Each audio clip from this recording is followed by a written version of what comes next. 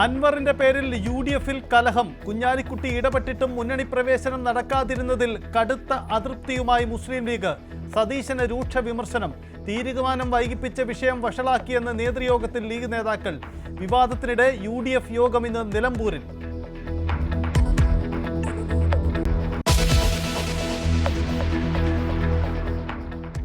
പത്രിക സമർപ്പിച്ച M. Swaraj. Road show നടത്തി പത്രികാ സമർപ്പണത്തിനെത്താൻ അൻവർ.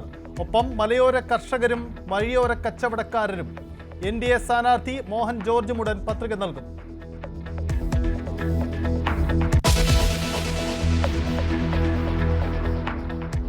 ആര്യാടൻ മുഹമ്മദിനെ കുറിച്ചുള്ള MV ജയരാജന്റെ പ്രസ്താവന വിവാദത്തിലേക്ക്. ആര്യാടൻ LDF-നെ വഞ്ചിച്ച നേതാവെന്ന് ജയരാജൻ. മൺമറഞ്ഞവരെ കുറിച്ച് മര്യാദഘട്ട വാക്കുകൾ പറയാൻ പാടില്ലെന്ന് UDF കൺവീനർ അടൂർ പ്രകാശ്.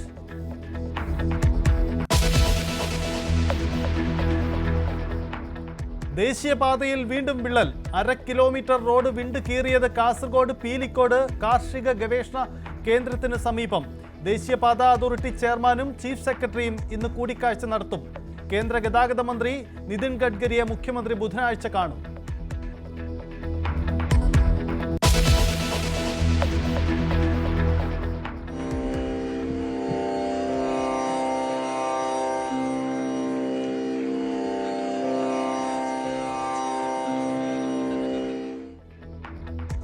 ആഘോഷമായി പ്രവേശനോത്സവം. മധ്യവേനൽ അവധിക്ക് ശേഷം സ്കൂളുകൾ സജീവമായി.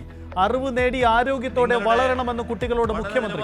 പോലെ തന്നെ ശാരീരികവും മാനസികവുമായ ആരോഗ്യം ഞങ്ങൾക്ക് പ്രധാനമാണ്. അതിന് നിങ്ങളോടൊപ്പം സർക്കാർ ഉണ്ടാകുമെന്നുള്ളത് നിങ്ങൾ കാണേണ്ട കാര്യമാണ്. ഈ വർഷം മുതൽ ഹൈസ്കൂളിൽ അരമണിക്കൂർ കൂടുതൽ അധ്യയനം. ആശങ്കകൾ പരിഹരിക്കുമെന്ന് വിദ്യാഭ്യാസ മന്ത്രി V. ശിവൻകുട്ടി ന്യൂസ് 18നോട്.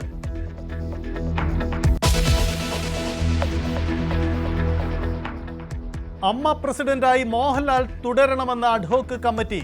മറ്റ് ഭാരവാഹികളെ തീരുമാനിക്കാൻ ജനറൽ ബോഡി യോഗം 22-ാം തീയതി.